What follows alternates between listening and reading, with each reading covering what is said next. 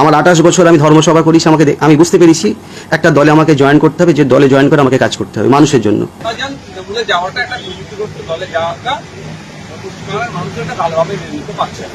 তবে গতকালকে যখন তৃণমূলের কয়েকজন নেতা আমাকে ফোন করেছিলেন, আমি তাদেরকে জিজ্ঞাসা করলাম, দাদা আপনাদের দলের জেনারেল সেক্রেটারি কতজন?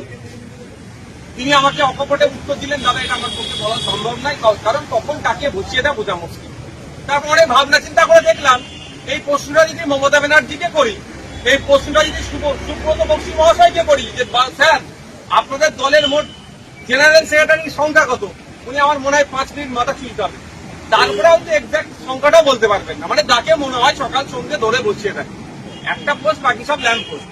শওকত মোল্লা সাহেবের এখন অস্থিরতা বাড়বে, কারণ যে কাসেম সাহেবের সম্পর্কে, ভাইজান সম্পর্কে শওকত মোল্লা এতদিন আক্রমণ করেছে, বাই ডিফল্ট ডেজিগনেশন অনুযায়ী কাসেম ভাইজান শওকত মোল্লার অনেক ওপরে বসছে, কাসেম ভাইজানকে এখন ভাইজান সম্বোধন করতে হবে, ফলে ওনার একটু ফাটবেই। দেখুন অন্য রাজনীতি দলে গেছে, আমি তৃণমূলের কংগ্রেসের চরম বিরোধী, বিজেপি চরম বিরোধী, খুশি হওয়ার প্রশ্ন আসবে কেন? তবে হ্যাঁ, রাজনৈতিক ভাবে আমি তাকে স্বাগত জানাবো, রাজনৈতিক ময়দানে রাজনৈতিক ভাবে মোকাবেলা করার জন্য আহ্বান জানাবো, আমি সকলকে আহ্বান জানাবো। তৃণমূল কংগ্রেসের সাধারণ সম্পাদক হলেন। আমার 28 বছর আমি ধর্মসভা করেছি, আমি বুঝতে পেরেছি একটা দলে আমাকে জয়েন করতে হবে, যে দলে জয়েন করে আমাকে কাজ করতে হবে মানুষের জন্য। তৃণমূলে যাওয়াটা একটা দুর্নীতিগ্রস্ত দলে যাওয়াটা পশ্চিমবাংলার মানুষ এটা ভালোভাবে মেনে নিতে পারছে না। তবে গতকালকে যখন তৃণমূলের কয়েকজন নেতা আমাকে ফোন করেছিলেন, আমি তাদেরকে জিজ্ঞাসা করলাম, দাদা আপনাদের দলের জেনারেল সেক্রেটারি কতজন? তিনি আমাকে অকপটে উত্তর দিলেন, দাদা এটা আমার পক্ষে বলা সম্ভব নয়, কারণ কখন কাকে বুঝিয়ে দেয় বোঝা মুশকিল।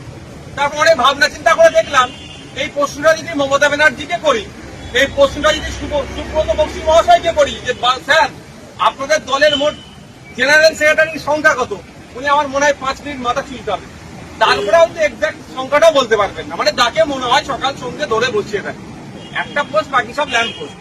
শওকত মোল্লা সাহেবের এখন অস্থিরতা বাড়বে, কারণ যে কাসেম সাহেবের সম্পর্কে, ভাইজান সম্পর্কে শওকত মোল্লা এতদিন আক্রমণ করেছে, বাই ডিফল্ট ডেজিগনেশন অনুযায়ী কাসেম ভাইজান শওকত মোল্লার অনেক ওপরে বসছে, কাসেম ভাইজানকে এখন ভাইজান সম্বোধন করতে হবে, ফলে ওনার একটু ফাটবেই। দেখুন অন্য রাজনীতি দলে গেছে, আমি তৃণমূলের কংগ্রেসের চরম বিরোধী, বিজেপি চরম বিরোধী, খুশি হওয়ার প্রশ্ন আসবে কেন? তবে হ্যাঁ, রাজনৈতিক ভাবে আমি তাকে স্বাগত জানাবো, রাজনৈতিক ময়দানে রাজনৈতিক ভাবে মোকাবেলা করার জন্য আহ্বান জানাবো, আমি সকলকে আহ্বান জানাবো। তৃণমূল কংগ্রেসের সাধারণ সম্পাদক হলেন